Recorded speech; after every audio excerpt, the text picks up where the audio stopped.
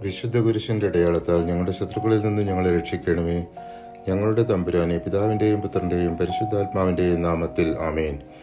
എസെക്കിയേലിന്റെ ഗ്രന്ഥത്തിന്റെ ആദ്യ ഭാഗം 1 മുതൽ 33 വരെയുള്ള അധ്യായങ്ങളിൽ പൊതുവെ ശിക്ഷയെ പറ്റിയാണ് പറയുന്നത്. യൂദയായുടെയും ജെറുസലേമിന്റെയും അകൃത്യങ്ങളുടെയും അവിശ്വസ്തയും തുറന്നു കാട്ടുകയും അവയ്ക്ക് കഠിനമായ ശിക്ഷ കിട്ടുമെന്നും അതിൽ നിന്ന് ആർക്കും ഒഴിഞ്ഞു മാറാനാവില്ലെന്നും തറപ്പിച്ചു പറയുകയും ചെയ്യുന്നു.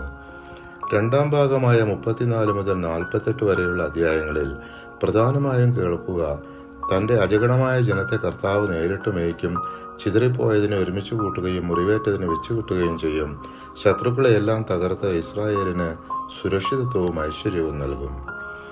എസെക്കിയേൽ 1-ാം അധ്യായം ബൈബിളിലെ ഏറ്റവും മഹത്തായവും അത്ഭുതകരവുമായ ദൈവമഹത്വ ദർശനത്തിന്റെ വിവരണമാണ്.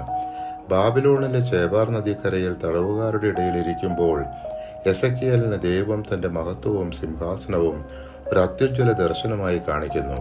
ഈ ദർശനം എസെക്കിയേലിന്റെ പ്രവാചക സേവനത്തിന്റെ ആരംഭവും അടിസ്ഥാനവുമാണ്. അവയുടെ തലയ്ക്ക് മുകളിലെ വിധാനത്തിന് മീതെ ഇന്ദ്രനീലക്കല്ല് പോലെയുള്ള ഒരു സിംഹാസനത്തിന്റെ രൂപമുണ്ടായിരുന്നു. മനുഷ്യന്റേതുപോലെയുള്ള രൂപം അതിൽ ഇരിപ്പുണ്ടായിരുന്നു.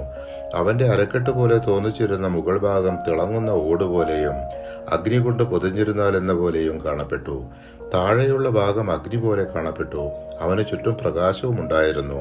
മഴയുള്ള ദിവസം മേഘത്തിൽ കാണപ്പെടുന്ന മഴവിൽ പോലെയായിരുന്നു അവന്റെ ചുറ്റുമുണ്ടായിരുന്ന പ്രകാശം. കർത്താവിന്റെ മഹത്വത്തിന്റെ രൂപം കാണപ്പെട്ടത് ഈ വിധത്തിലാണ്. ഇവ ദർശിച്ച മാത്രയിൽ ഞാൻ കമിഴ്ന്നു വീണു. ആരോ സംസാരിക്കുന്ന സ്വരം ഞാൻ കേട്ടു. എസെക്കിയേൽ 1-ാം അധ്യായം 26 മുതൽ 28 വരെയുള്ള തിരുവചനങ്ങൾ. എസെക്കിയേൽ 2-ാം അധ്യായത്തിൽ നമ്മോട് പഠിപ്പിക്കുന്നത്, ദൈവം ദാസനെ ആത്മാവിലൂടെ ശക്തിപ്പെടുത്തുന്നു. ദൈവത്തിന്റെ വചനം സത്യസന്ധമായി പ്രഖ്യാപിക്കണം. പ്രവാചകന്റെ ജോലി ജനങ്ങളുടെ പ്രതികരണത്തിൽ നിന്നല്ല, ദൈവത്തിന്റെ കൽപ്പനയിൽ നിന്നാണ്. ദൈവവചനത്തിന്റെ ഭാരവും ഗൗരവവും ജീവിതത്തിൽ സ്വീകരിക്കണം. പരിശുദ്ധാത്മാവെ, തിരുവചനത്തിന്റെ അനന്തശക്തിയാൽ ആത്മാവിന്റെ ബലങ്ങളും ദാനങ്ങളും നൽകി തീക്ഷ്ണതയാൽ ഞങ്ങളെ ജ്വലിപ്പിക്കണമേ. ആമീൻ.